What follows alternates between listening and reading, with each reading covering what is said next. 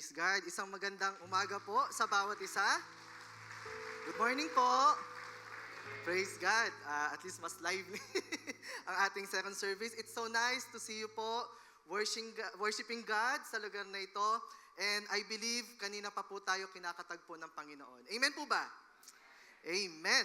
Kaya po sa umagang ito, diretso na po ako sa ating preaching message na pinamagatan po nating Possessing Your Promised Land by Fulfilling Your Life Calling.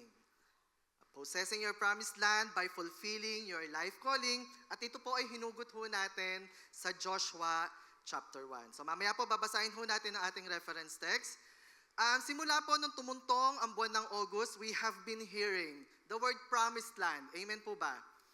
Dahil ito po ang, syempre, yung pinapatukuyan ng ating theme this month. And generally, our preaching theme this August is about taking God-honoring actions para maklaim ang mga promises ng Panginoon. Yes, they are given na ang daming magagandang promises ng Lord. Pero ang tinuturo po ng ating theme this month is to take God-honoring actions in order to claim them.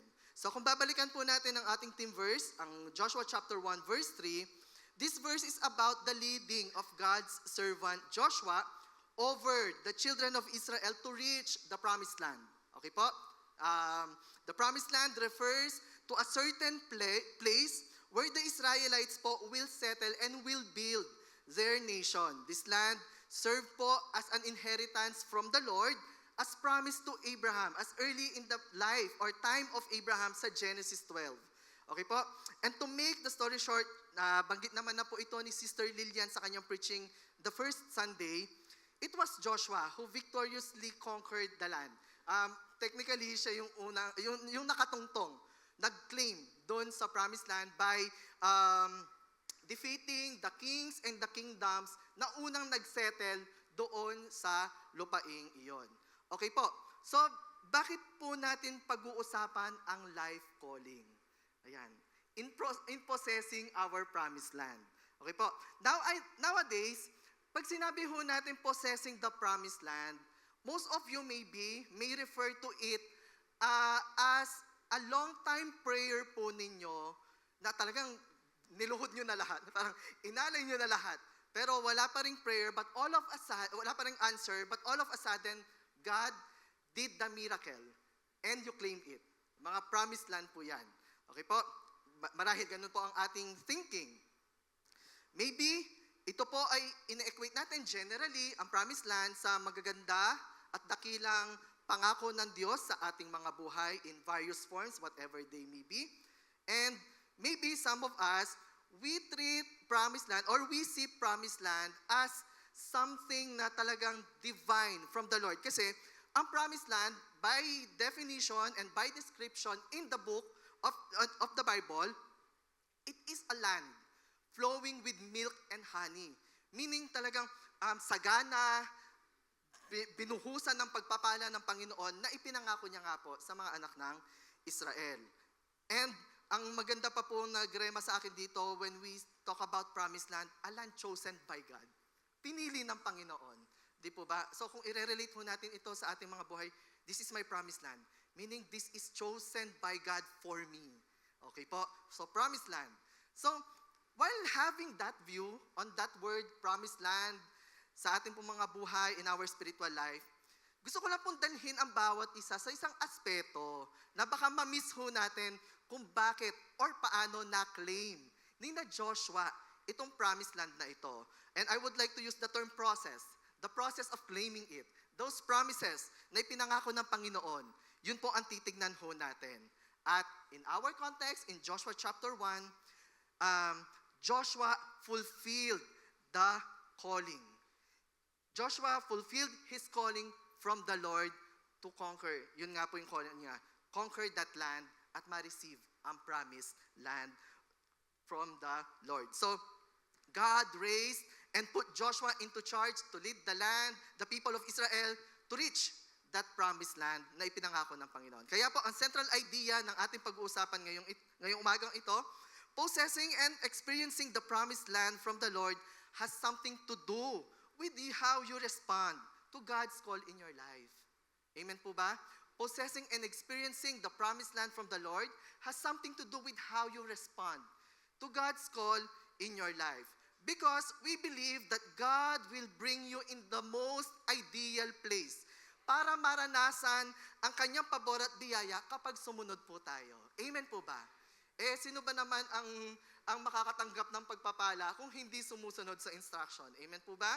So I will be giving some emphasis on obedience, trust, and faithfulness to God as we go on with our preaching this morning. So let us now read our reference text found in Joshua chapter 1. Ang sabi po dito, after the death of Moses, the servant of the Lord said to Joshua, son of Nun, Moses' aide, Moses, my servant, is dead. Now then, you, all these people, get ready to cross Jordan River into the land I am about to give to them, to the Israelites. I will give you every place where you set your foot as I promised Moses. Your territory will extend from the desert to Lebanon and from the great river, the Euphrates, all the Hittite country to the Mediterranean Sea in the west. In verse 5, no one will be able to stand against you all the days of your life. As I was with Moses, so I will be with you. I will never leave you nor forsake you. Be strong and courageous, because you will lead these people to inherit the land I swore to their ancestor to give them. Jump po tayo sa verse 10. So Joshua ordered the officers of the people, go through the camp and tell the people, get your provisions ready. 3 days from now, you will cross the Jordan here to go in and take possession of the land the Lord your God is giving you for your own. But to the Reubenites, the Gadites, and the half-tribe of Manasseh, Joshua said, remember the command that Moses, the servant of the Lord, gave you after he said, the Lord your God will give you rest by giving you this land. Your wives, your children, and your livestock may stay in the land that Moses gave you east of the Jordan. But all your fighting men, ready for battle, must cross over ahead of your fellow Israelites. You are to help them until the Lord gives them rest, as he has done for you. And until they too have taken possession of the land the Lord your God is giving them. After that, you may go back and occupy your own land, which Moses, the servant of the Lord, gave you east of the Jordan toward the sunrise. In verse 16, then they answered Joshua, whatever you have commanded us, we will do. And wherever you send us, we will go. Just as we fully obeyed Moses, so we will obey you. Only may the Lord your God be with you as he was with Moses. Whoever rebels against your word and does not obey it, whatever you may command them will be put to death. Only be strong and courageous. Ang Panginoon po ang magpala sa pagkakabasa ng kanyang buhay at makapangyarihang salita. So sa mga talatang atin pong binasa, makikita po natin ang ilang ang mga katotohanan pong ito. The confirmation of the appointment of Joshua to take charge in conquering the promised land. Yan po ay mababasa ho natin mula verse 1 to verse 5. And we can also see the assurance, guidance, and divine instructions of the Lord given to Joshua as he take charge sa pag-conquer dun po sa promised land. Mababasa po natin yan sa 6 to 9, although hindi na po natin ito kinote. Okay po? And the actions he took as he received the instructions from the Lord. Actually, the book of Joshua, the whole book of Joshua, dyan po makikita ho natin how in detail sinundan or sinunod ni Joshua ang mga instructions ng Panginoon, be it physically and even spiritually, spiritual instructions po na application sa kanilang mga buhay. Yan po, mababasa ho natin sa book of Joshua. Kaya po, I encourage everyone, if you have something in your heart today na parang talagang laban yung panalangin ninyo, hindi lang yung simpleng panalangin, kundi laban talaga, you read the book of Joshua because marami ho tayong mapupulot on how to claim the promises of God. And another, of course, nakasaad po sa ating mga binasa na mga talata sa chapter 1 ng Joshua, the wonderful promises of God. So, we can see and understand that when God showed something to us sa ating mga buhay as part of His wonderful plan sa atin, it is complete. Amen po ba? Nandyan ang pangako, nandyan din ang mga instructions, nandyan ang kanyang directions, and most especially, nandyan ang assurance ng kanyang pagsama. Amen po ba? So, it will be easy for us to follow, actually, kung tayo po ay makikinig lamang sa Panginoon as we possess our promised land. Again, I would like to state that again, that when God gives us or showed us something beautiful sa ating mga buhay, kompleto na po. Okay po, kompleto na po sila. So, gusto ko lang pong daanan ang isang salita na wag ho natin kakaligtaan as we go on with our preaching message today. It is the word covenant. Pwede po ba nating sabihin? Covenant. Covenant, ang nabasa ko po na marami naman ako na-research na definition, pero ito na lang po yung kinote ko dahil napakaganda po. Covenant refers to the act of God in freely establishing a mutually binding relationship with humankind. Through the covenant, God bestows blessings on humans in conditional and unconditional terms. So conditionally, God blesses humans as they obey the terms of the covenant. So yun po. And unconditionally, God bestows blessings on humans regardless of their obedience or disobedience to the terms of the covenant. Yan po ay hinango ko mula sa Pocket Dictionary of Theological Term. So, bakit ko po dinaanan itong word na ito? Marami po kasi sa atin na mga mananampalataya, kapag tayo po ay nanalangin, of course, the element of faith nandoon po, di po ba? Pero minsan, lumalagpas po tayo sa faith natin. Ano po ang ibig kong sabihin dito? It is to the point na we no longer follow or take heed to God's instruction. Okay po? We tend to do our own things. Because siguro, marahil nagmamadali, at tagal-tagal na pinagpipray, kaya gumagawa na ng paraan. Di ba? Ang mga mananampalataya ng Panginoon. That to the point na siguro masasabi ho natin na claim nila, but then it is apart from the will of God sa kanilang mga buhay. Ngayon, yes, nabanggit ko po, they claim it, you have the answer to your prayer. Pero minsan, kapag hindi ito sa inaasahan mo, binabalik ang sisi sa Panginoon. Tama po ba? Marahil po, baka nangyari na ho sa atin to. At nakapag-repent naman po, I believe.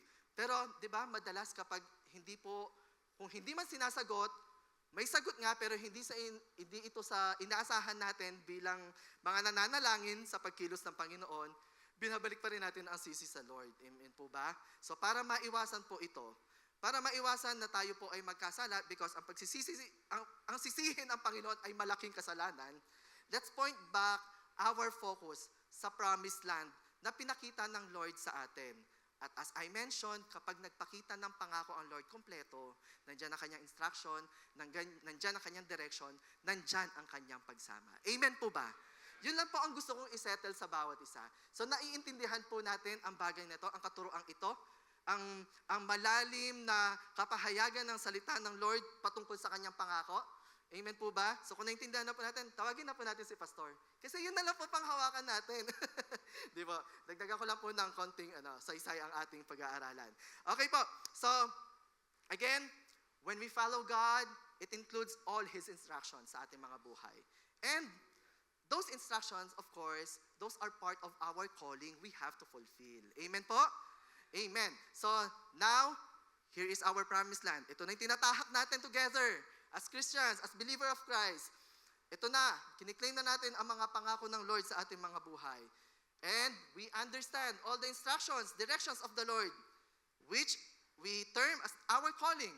Okay po? At inaangkla na natin ang ating pananampalataya, ang lahat ng ating mga gagawin sa direksyon ng Panginoon. We are now ready to possess our promised land.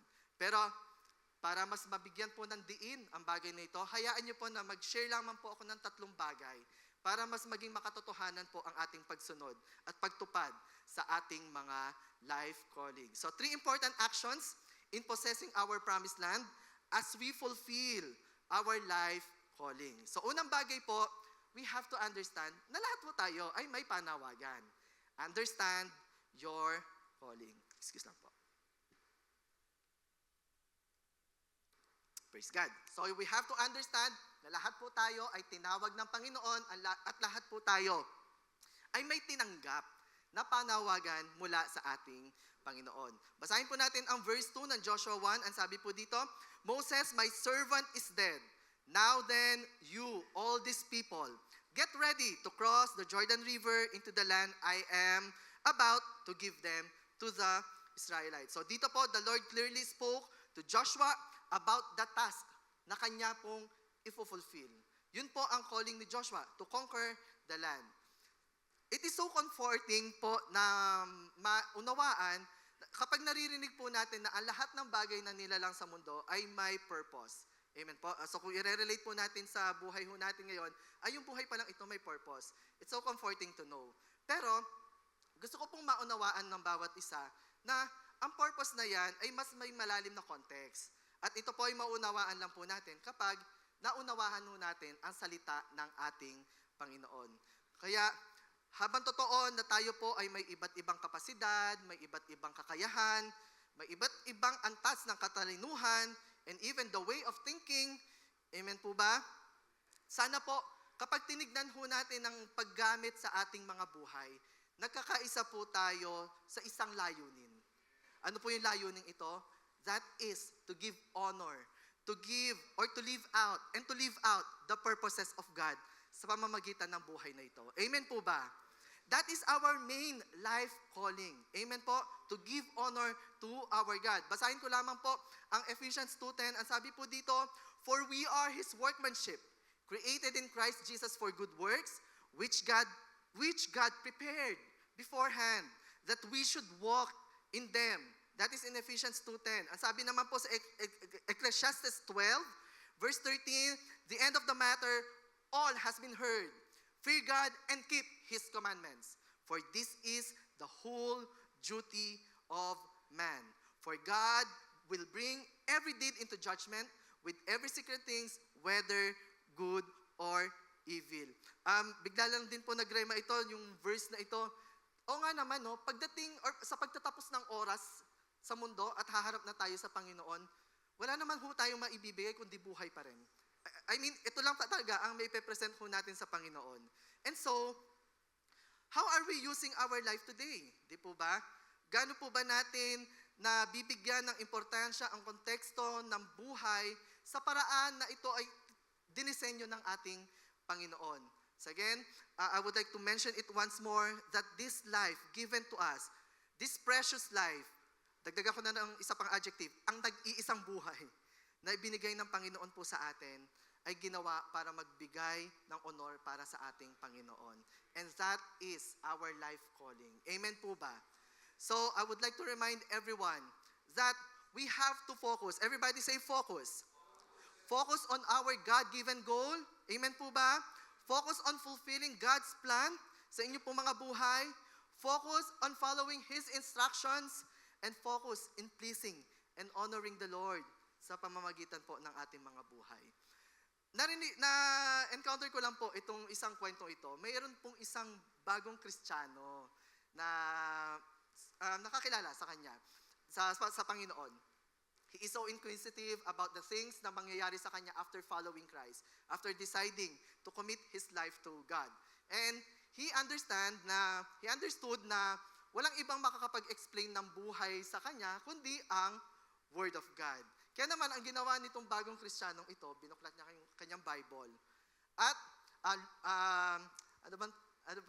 may proper term dun sa pagbukas lumapag, lumapag ang kanyang pagbubuklat dun po sa Colossians 3, verse 3. Ang sabi po dito, okay po, bago ko lang basahin, no? So yung konteksto niya, bago siyang Kristiyano, hinahanap niya yung meaning ng buhay after following Christ. Okay po, so yun ang kwento nitong bagong Kristiyanong ito. So he first read Colossians 3, ang sabi po dito, "For you have died, and your life is hidden with Christ." Died? Lord, naghahanap ako ng kahulugan ng buhay. Bakit died? Yan po. Ay, hindi to yung message.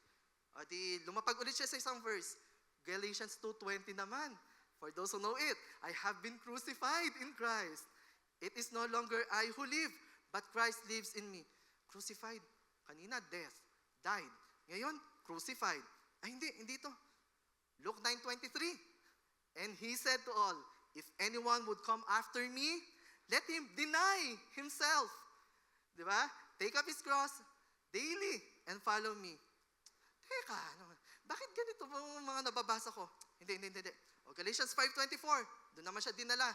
"And those who belong to Christ Jesus have crucified," talaga na lalaki na kanyang mata, "the flesh, crucified the flesh with its passions and desires. Naku po, ganito pala yung buhay. Kailangan mamatay. Pero teka. O, napadpad naman po sa John 12:24. Ang sabi po doon, truly, truly, I say to you, unless a grain of wheat falls into the earth and dies, kamatayan na naman to. It remains alone, but it dies, it bears much fruit. At ang sabi naman po, dinala ulit siya doon sa 2 Corinthians 5:17, therefore, if anyone is in Christ, he is a new creation. The old has passed away. Behold, the new has come. Sinara niyang ganyan na kanyang Biblia. Tapos nanahimik siya. Na-discourage siya konti. Bakit ganun pala ang buhay after following Christ? Puro about death, crucified. Pero, it come to a point that nagkaroon ng rema ang Word of God sa kanyang puso. At ang sabi po doon, dying is living. Dying is living. Ano po ang ibig sabihin nito? In this life, talagang walang ibang maitataas kundi ang ating Panginoon. Kaya, we have to, in this precious life that we have right now, it is not our ambition, it is not our dreams, it is not our wealth, and even your social status ngayon, ang makapagbibigay ng totoong pagkakakilanlan sa inyo. It is Christ. And it is death to Christ who will give identity to your life, which I would like to again connect to our life calling. The identity in Christ sa ating mga buhay. So again, babalik ako, anong relevance nito sa ating life calling? Church, marahil punong-puno po tayo ng magagandang pangarap sa buhay. Amen? Gaganda niyan. Ako lang? Amen? Di ba? Magaganda po. We want the best in life. Amen po ba? In fact, yun naman po ang kagustuhan ng Panginoon. Comfort and benefit for everyone. Wala pong mali dyan. In fact, gusto po ng Panginoon na syempre mag-manifest ang kanyang blessing as we follow Him through those forms. Amen po ba? Pero again, the Lord knows everything. It's a fact. Alam po ng Panginoon ang lahat ng bagay, maging ang mga mangyayari pa lamang. Amen? Kaya minsan, sa ating mga panalangin, kaya hindi po ito tinutugon ng Panginoon because maybe He knows what will happen to us once we receive those promises na pinagpipray po natin sa Kanya. Because, again, this life that we have in Christ is the perfect blueprint na pwede ho nating sundan sa ating mga buhay to establish a life well lived talaga. Amen po ba? And it will only happen kapag tayo po ay fully submitted sa will ng ating Panginoon. So not our lives being driven by strength, di ba? Hindi na, yes, definitely kailangan natin ng kalakasan, but spiritually speaking, not our lives being driven by strength, by our knowledge, by our capacity, not even our wealth will drive our life or will drive our motivations to live, but it is the purpose and the calling of life sa ating mga buhay. Amen po ba? Yun na ang magdadrive sa ating mabuhay. If we understand the perfect calling, the calling, the divine will of God sa ating pong mga buhay. Yun na ang magdadrive po sa bawat isa sa atin. So just before I leave this point po, about understanding our calling po, na mahalaga sa ating pag-fulfill ng ating promise, pagtupad or pag-conquer doon po sa promised land na binigay ng Panginoon sa atin, gusto ko lang po i-remind ang bawat isa na since tayo po ngayon ay nasa itong journey na ito na tinatahak together, ay may iba't ibang papel po tayo ngayon na pwedeng gampanan as part of our calling. So calling all the Christian family here. Amen po? If you are part of a Christian families, if you are the mom or the dad, be a model to your children. Amen po ba? Be a spiritual model to your children. And if you are the child or the children, give honor and respect to your parents. Hindi porket ikaw na ang nagbabayad ng kuryente, may karapatan na ho tayong pagmataasan ng boses ang ating mga magulang. Give honor and respect to your parents. And together, as Christian family, let's model out a priesthood family to this dying society. Amen po ba? Amen. And if you are a Christian employee or student, ayan naman po, your life outside this church and your life outside your house is your platform. Amen po ba? Show the world that we have Christ living in our hearts. Amen po? So, kailangan ma-inspire natin ang mga taong nasa paligid ho natin, showing to them that we are living in Christ and that we have a Christ in our hearts, not only in our actions, but also in our speech. Amen po ba? Kasi yung iba, taliwas yung action sa paraan ng pananalita. And marami pa po tayong iba't ibang sombrero na pwedeng suotin to represent Christ. But I would like to give this general reminder to everyone that in that platform, anuman ang suot mong sombrero ngayon, you can proclaim the gospel of Christ. Amen po ba? Sige po, palakpakan po natin ang ating Panginoon. And it is always reminded to us. Gaya po dito sa 1 Peter 2:21, ang sabi po dito, for God called you to do good, even if it means suffering. Amen po ba? Just as Christ suffered for you, He is your example and you must follow in His steps. That is in 1 Peter 2:21.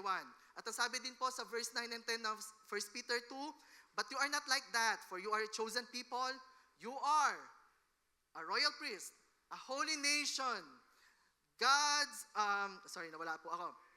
very own possession. As a result, you can show others the goodness of God. Ulitin ko po yan, as a result, you can show others the goodness of God. For He called you out of darkness into His marvelous light. Or in wonderful light. Yung marvelous, ibang salin po yon. Once you had no identity as a people, but now you are God's people. Once you received no mercy, but now you receive God's mercy. This is one of the, sabihin ko na po, pero patawad, if I may say this, ito yung medyo nakaka-pressure na sa panahon ngayon, na calling ho natin. Because this world is dying. And the Lord is expected us to shine brighter, to shine forth. Di po ba? Na namamatay na mundong ito. Because the days are becoming evil, as stated in Ephesians 5. Di po ba? And so the Lord, every one of us, who proclaim, who profess na may Kristo sa ating mga buhay, inaasahan ho tayo ng Panginoon na ipoproklama po natin ang kanyang pangalan sa pamamagitan po ng buhay na ito. And that is one of the greatest calling na kailangan ho nating ipaglaban sa ating mga buhay. Amen po ba? Amen. Pakitapik naman po ang inyong katabi. Maaasahan ka ba ng Panginoon? Praise God. Sige po, palakpakan po natin ng Panginoon. Hallelujah. Now we will proceed to point number 2. Obey God by fulfilling your calling. So una, hinayaan ko lamang po na ma-establish ho natin ang katotohanan na tayo pong lahat ay may panawagan. But now, since we understand that we have a calling to fulfill, we have to obey God. Diba? By fulfilling our calling. So ang sabi po sa Joshua chapter 1 verse 10. So Joshua ordered the officers of the people, go through the camp and tell the people, get your provisions ready. 3 days from now, you will cross the Jordan here to go in and take possession of the land the Lord your God is giving you for your own. So in these verses po, Joshua started in giving commands to the army as he lead po sa pag-take or mag-i-possess ang land na i-conquer po nila in our story. So though ito po ay introductory lamang po itong chapter 1 na ito dahil again nga, as I said a while back, that the book of Joshua consists of their journey sa pag-fulfill ng promised land. Makikita po natin sa verse na ito na agad tumugon si Joshua. Amen po ba? He immediately responded to the call of God sa kanyang buhay. And that somehow we can say na talagang nauunawaan niya kasi sumunod na po siya sa ating Panginoon. Danan ko lamang po ito. Stubbornness is innate sa ating natural po, likas po sa mga katao, sa ating sarili, ang katigasan ng ulo. Or, stubborn, di ba? Matigas ang ulo. In fact, ito po ang dahilan ng pagbagsak ng tao in a form of disobedience. Dahil nga po, the early history of mankind, Adam and Eve. And we know how discomforting po to do a task na kapag may binigay na instruction, di ba, parang discomforting kapag hindi ho natin naunawaan kung ano ba talaga ang pinapagawa sa atin. We do not understand, hindi ho natin sigurado kung anong hakbang na gagawin, at mas lalong discomforting kung hindi ho natin alam ang resulta, ang kahihinatnan. Kasi likas po sa atin, bago sumunod, makita mo na ano bang pakinabang nito. Ano ba ang bunga nito, di ba? Ganyan po tayo minsan. Kaya po, hinayaan ko muna na maunawaan po ng bawat isa ang panawagan na meron ho tayo, na tinanggap mula sa Panginoon. And now, as we go on in this point, number 2, ang pagsunod po sa Panginoon, i-break ho natin ang discomfort. Pwede po ba natin sabihin, discomfort? Basahin ko lamang po ang Genesis 12. Now the Lord said to Abram, go forth from your country, and from your relatives, and from your father's house, to the land which I will show you. And I will make you great nation, and I will bless you, and make your name great, and so you shall be a blessing. And I will bless those who bless you, and the one who curses you I will curse. And in you all the families of the earth will be blessed. So Abraham went forth as the Lord had spoken to him, and Lot went with him. Now Abraham was 75 years old when he departed from Haran. Genesis chapter 12, verses 1 to 4. So, dito po sa kwentong ito, kung ilalagay lang po natin ang ating sarili doon sa lugar ni Abraham, definitely they are in journey.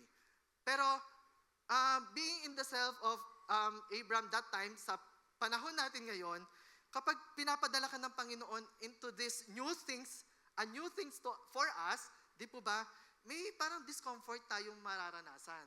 Di ba? Kasi syempre, payapa ka na Payapa ka na sa lugar na to. I mean, you are settled. Ayaw mo na ng kumbaga, maybe, nandyan na rin yung blessing ng Lord kasi ito yung pinag-pray mo. But then, there is another instruction na binibigay or sinasabi ang Lord to, ito naman anak, ito naman, di po ba? And, minsan talagang mapapatanong ka, Lord, ano po kaya ito? Bago po ba to, di ba? And we are so uncertain. Gusto ko lang pong bigyan ng emphasis dito that whenever the Lord says something to us, especially if it is a go and a yes, we have to obey. Because those goes and yeses are instructions of the Lord. Those are commands of the Lord na kailangan ho nating susundan. Amen po? So, maybe we have a prayer today. Pero, sa prayer mo, pinasabi ng Panginoon, anak, paano kita i-bless? Nakatali ka pa sa kasalanan yan. Di po ba? Ayoko na kasalanan. Ako ay banal na Diyos at ako'y namumuhi sa karumihan. Di po ba? So what are you going to do? Amen? So, maybe our obedience entails our dealing with the sins na ating pa pong, sabihin ko na pong inaalagaan. Sorry for the term. Inaalagaan kasi hindi mo ma-let go Di ba? Bakit ayaw mo i-let go? Meaning, inaalagaan mo, di ba? So, deal with those sins in your life. Because those are serious things na ayaw ng Panginoon. Or maybe, ang Lord, inaalis ka na dyan, pero you keep on coming back doon po sa mga past life po natin. Di ba? Baka sabi ng Lord, tumalikod ka, yung pagtalikod mo, kunwari, ito yung kasalanan, no po, tumalikod ka, nakaganyan. O kaya tumalikod ka, nakaganon pa rin. Binabalikan. Mali po. Amen po ba? Pag tumalikod, tingin na sa Panginoon. Amen po. Di po ba? Amen po. Tapos, minsan din, kapag sinasabi ng Panginoon, anak, alis na dyan. Pero yung pag-alis mo yung isang paan, nandun pa rin, nakatampisaw. Di po ba? Mali. So kapag sinabi po ng Panginoon, akin na yung mga sakit na yan. Akin na yung durusang yan. Akin na yung mga traumatic experiences na yan. Yes, marahil mahirap. Kasi nga, nabuhay ka na dyan di ba? Pero again, hinihingi na ng Panginoon for you to experience the promised land you are praying for. Why not give it to God? Amen po.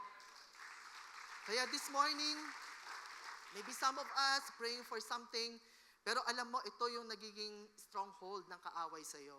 Give it to God. Battle with God, I may say. Di ba? So, get out of your comfort zone and follow God sa kanyang mga instructions. Again, the Lord wants to bless you, but in those blessings, He wants you to be sanctified as well. Because the God we serve is a holy God, as I mentioned. He never wants us to be chained by those lies and schemes of the enemy. Na alam naman natin na kapag nilabanan natin kasama ang Panginoon, tagumpay agad. Amen po ba? It will be hard at first, pero again, pag Lord ang nagpangako, ang Lord ang nagbigay ng pangako, nasasamahan niya na tayo. It's a sure win victory. Amen po ba? Amen. So, dinil ko lang po ang discomfort sa ating pag-obey sa ating Panginoon. Ano na nga po ngayon ang ating aksyon? So, basahin ko lamang po ang Romans 12. Sabi po dito sa verse 4, for just as each of us has one body with many members, and these members do not all have the same function, So, in Christ, we, though many, form one body.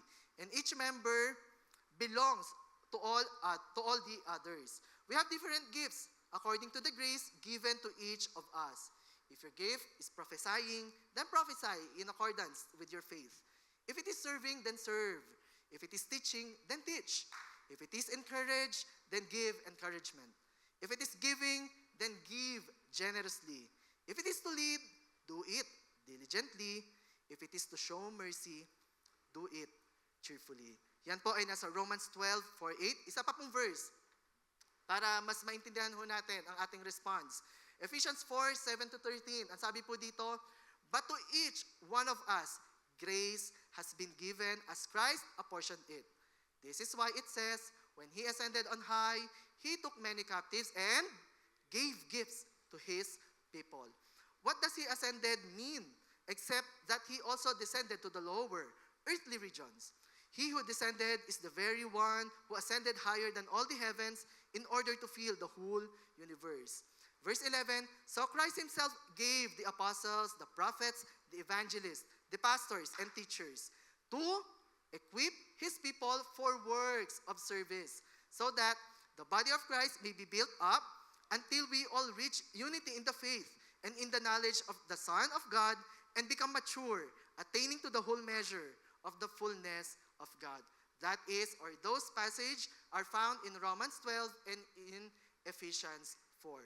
So these verses remind us of the various gifts and capacities na marahil tinanggap na natin or na-discover natin after following Christ. So, habang iniintindi ho natin or inuunawa ho natin na may iba-iba ho tayong mga talento at kapasidad at marahil unique po ito sa iba sa atin, pero all these gifts and talents can be offered to God at maibigay po ang karampatang honor sa pamamagitan po ng ating paglilingkod. That is why we are so blessed to be part of the Jesus is Lord Church na nagpo-promote talaga na tayo po ay makinabang sa benepisyo ng paglilingkod sa ating Panginoon. It is not na para magkaroon ng maraming worker. Yes, of course, the kingdom of the Lord needs a lot of laborers po para ma-establish pa ang kanyang kingdom. Pero let us not miss the opportunity, the benefit ng naglilingkod po sa ating Panginoon. Yun po talaga ang pinopromote ho natin because there is an incomparable joy sa paglilingkod po natin sa ating Panginoon. Kaya po nandyan ang ating mga LDT. Amen po. Praise God po sa buhay ng mga ongoing po sa ating training. Nandyan ang life groups. Amen po. Nandyan din po ang pagre-recruit ho natin para ma-incorporate po kayo in various ministry functions. So, having said that, I would like to challenge everyone. Ang lugar na ito na inyo pong kinalalagyan ngayon, may lugar po kayo na pwedeng paglingkuran ang Panginoon. Amen po ba?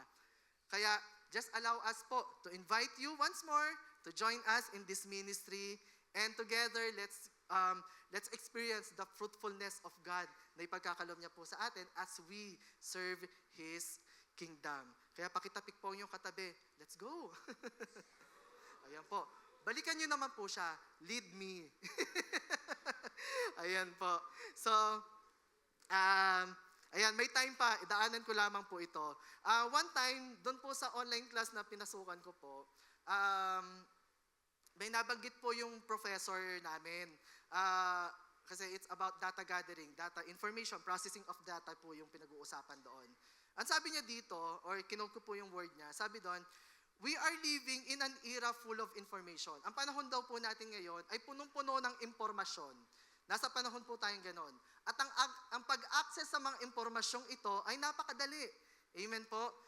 At ang mga impormasyong ito ay talagang nakakatulong ho naman. Tama po. Magbukas ka lang ng Facebook. Kakaibang impormasyon na makikita mo na pwede mo nating pulutin. But the crucial thing now, sabi niya pong ganyan, is that the information we invest today is the information na i-harvest ng bukas. The information that we invest today is the information that will be harvested tomorrow.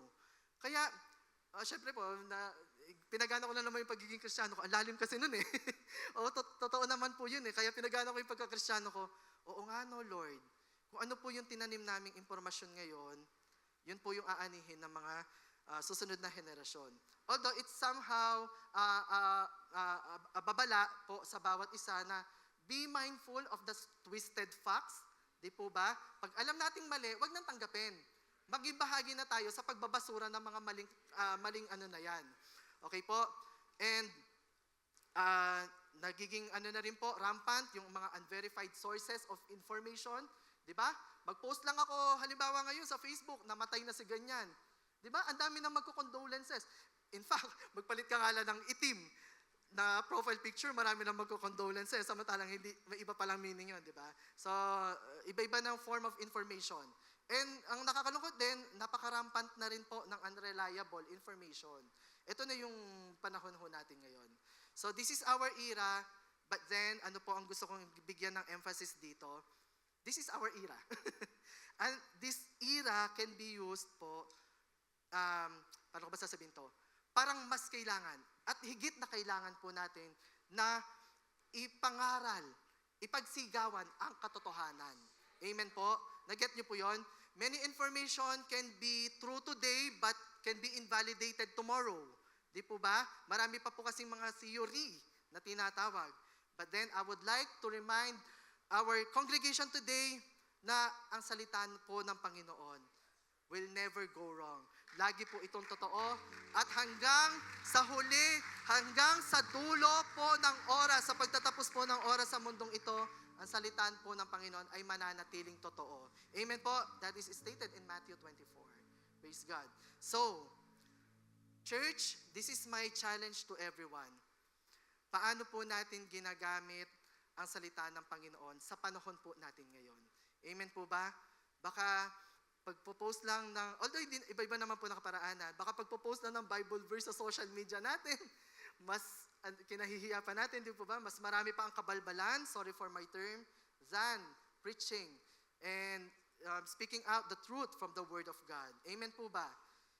Sige po, mga TGL, bisitahin po natin ang social media ng ating mga members. Biro lang po, biro lang po. So, again, I would like to give this challenge to everyone. The Lord is relying po sa bawat isa po sa atin na ang tinig po, ang boses ng salita ng Panginoon ay mas maging malakas kaysa sa boses ng sakit, ng narcissistic view, ng pag-chase ng numbers, yung mga likes, mga ganyan. Hindi po yan ang pakay ng Panginoon sa atin. Amen po? Ang inaasahan po ng Diyos ay ipagsigawan natin ang katotohanan. Amen po ba? Ang katotohanan ng salita ng ating Panginoon. So be brave, be bold in proclaiming the gospel. Huwag po tayong mahihiya. Amen po? So again, I am sharing 3 important actions in possessing our promised land as we fulfill our life calling. So una po, nasettle ko na po sa ating mga puso ang understanding that we have a calling po. Amen po? And the number 2, the second point po, that we have to obey God by fulfilling those calling that we receive from God. So pangatlong bagay po, at panghuli, be faithful with your calling. So after seeing the essence of your life calling, and now that you are responding to God to fulfill your life calling, we must carefully treasure and guard this calling na tinanggap po natin sa ating Panginoon. If we are eager to experience the promised land God has set before us, we must show to Him na talagang maaasahan niya po tayo. Amen po ba? So, we show to Him that we are a good stewards of these blessings. Amen po? As I mentioned a while back, di po ba, in our fruitfulness, pwede pa rin po tayong masalisihan ng kaaway. Kaya po, magbabantay po tayo, lalo na po sa panahon na tayo po ay pinananagana na ng ating Panginoon. Nakakaranas na po tayo ng kasaganaan. Because, again, a reminder for everyone, ang calling po natin ay pwedeng mawala. Amen po? Ang calling po natin ay pwedeng mawala.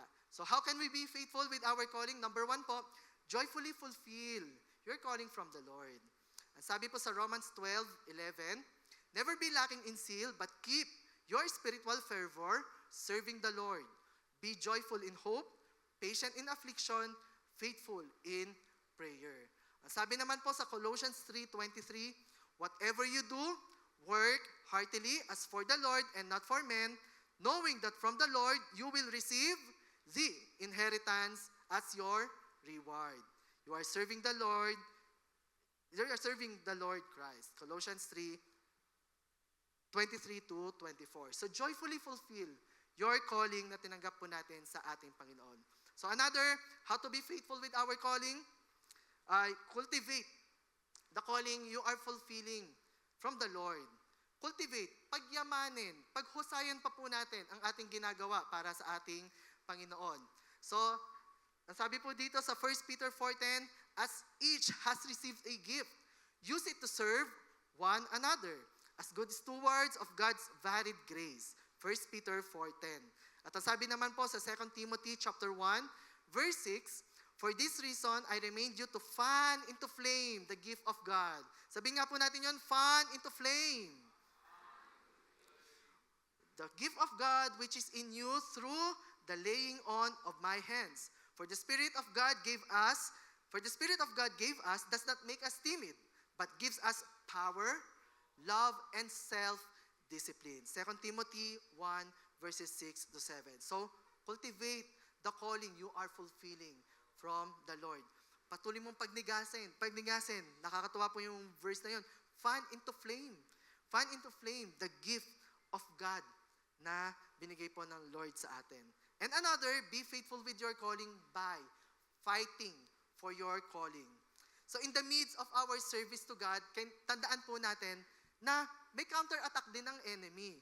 Kasi nga, siya ay joy stealer. Nanakawin niya po ang mga kaligayahan ho natin. And isa nga po dyan ay yung kaligayahan ho natin sa ating paglilingkod. Kaya naman po, sa gitna ng ating paglilingkod sa ating Panginoon, patuloy ho tayong magbantay. Amen po? Huwag po nating hayaan na puksain ng kaaway ang apoy ng ating paglilingkod sa Panginoon. Ang paglilingkod sa pagpufulfill lalo ng ating mga calling. Amen po ba? Dahil kapag ito po ay namatay na o hindi na, sabihin na natin wag na namatay, pero nanghina, it will be hard for us to move on, 'di ba? To get motivated. Dahil syempre, hinayaan mo nang manahan ang mga kasinungalingan ng kaaway sa puso po natin. Kaya, wag ho nating hahayaan na mapangyari ito, bagkus patuloy ho nating pagningasin. Ilaban ang ating panawagan sa ating Panginoon. Kaya ang reminders po, dito sa Hebrews 3, ang sabi po sa verse 13, you must warn each other every day, while it is still today, so that none of you will be deceived by sin and hardened against God. Hebrews 3:13. Ang sabi din po sa Matthew 24, sa verse 12, and because lawlessness will be increased, the love of many will grow cold. And nakikita naman na po natin ang mga prophecies na ito sa salita ng Panginoon. Amen po ba? And even in 2 Corinthians 7:1, ang sabi po dito, therefore, since we have these promises, dear friends, let us purify ourselves from everything that contaminates body and spirit, perfecting holiness.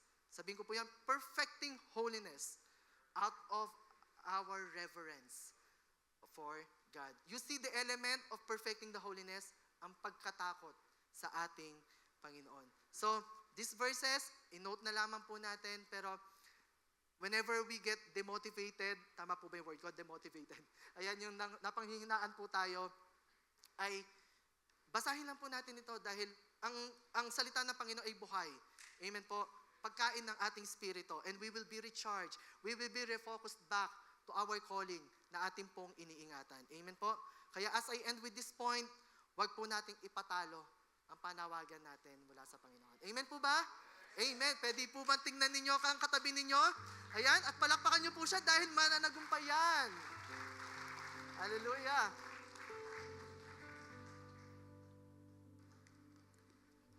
So as I end po, disclaimer lang po hindi po ako addict sa panonood. Pero nadaanan ko lang po itong palabas sa isang series sa Netflix.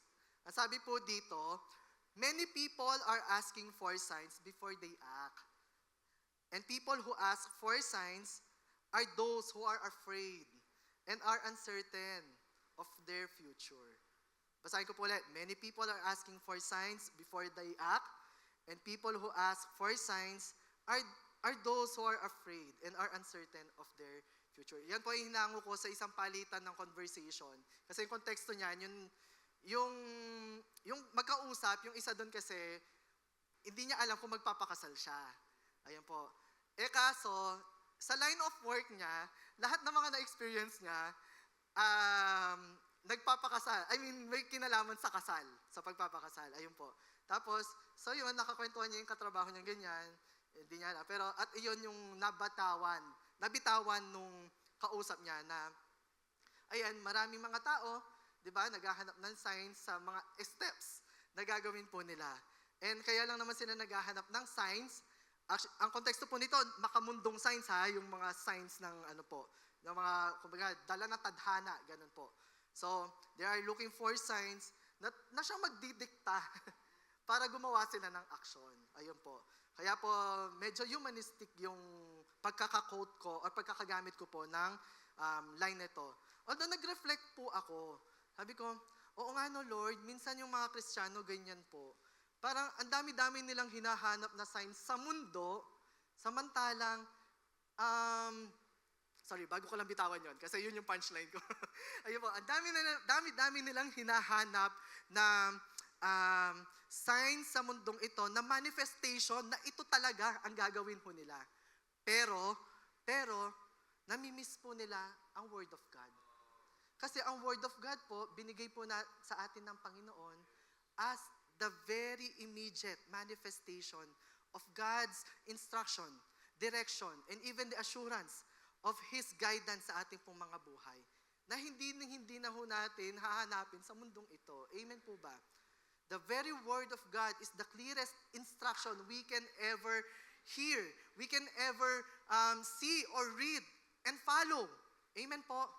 Dahil yun po ang pinakasalita ng Panginoon sa ating mga buhay. Kaya church, in our prayers today, to possess our promised land, na inululuhod, itinatangis po natin sa Panginoon, iwasan po natin na maghanap ng ibang kaparaanan sa mundong ito. Dahil lahat pong yan ay mawawala kapag diyan tayo nag-resort, so to speak. Only the Word of God will give us the real victory.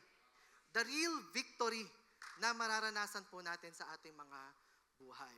So, habang totoo po na kina-qualify naman ng Lord ang mga tinawag, pero at least makita ng Lord sa atin na maaasahan po ang bawat isa sa atin. Lalo na po sa panahon ngayon, na pasama ng pasama, ng padilim na padilim, at palala ng palala ang sitwasyon ng mundong ito, ang Lord po ay umaasa sa bawat isa na nangangaral or nagsasabi na may Diyos sila sa kanilang mga puso, na mabuhay at maipakita sa ibang wala sa kanilang buhay ang pagkakaroon ng buhay na may Kristo. Amen po ba? Kaya this morning, I would like to give a challenge everyone to again, understand your calling before the Lord.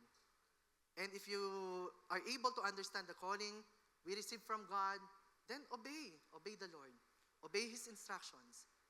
And now that together we are traveling in this faith journey we have in Christ, ipaglaban ho natin ang calling na ito para sama-sama ho nating mapossess ang promised land na ipinapakita ng Panginoon po sa bawat isa sa atin.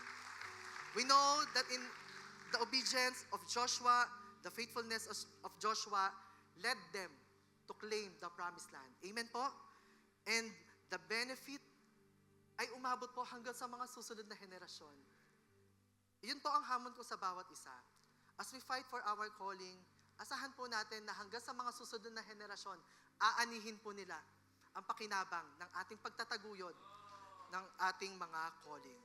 And so, as my final challenge to everyone, let us run our race well. Amen po ba?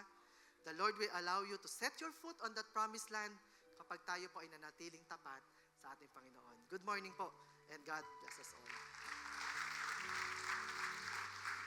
Praise the Lord, praise the Lord. Thank you, Brother JM. Tumayo na po tayong lahat sa presensya ng ating Panginoon. napaka very timely na mga paalala sa banal na kasulatan, lahat ng tumugon sa banal na tawag ng ating Diyos, naranasan ang mga pangako ng ating Panginoon. Many people today want to talk about success, prosperity, kaso nawawala yung pinakamahalagang component at yun ay ang pagsunod sa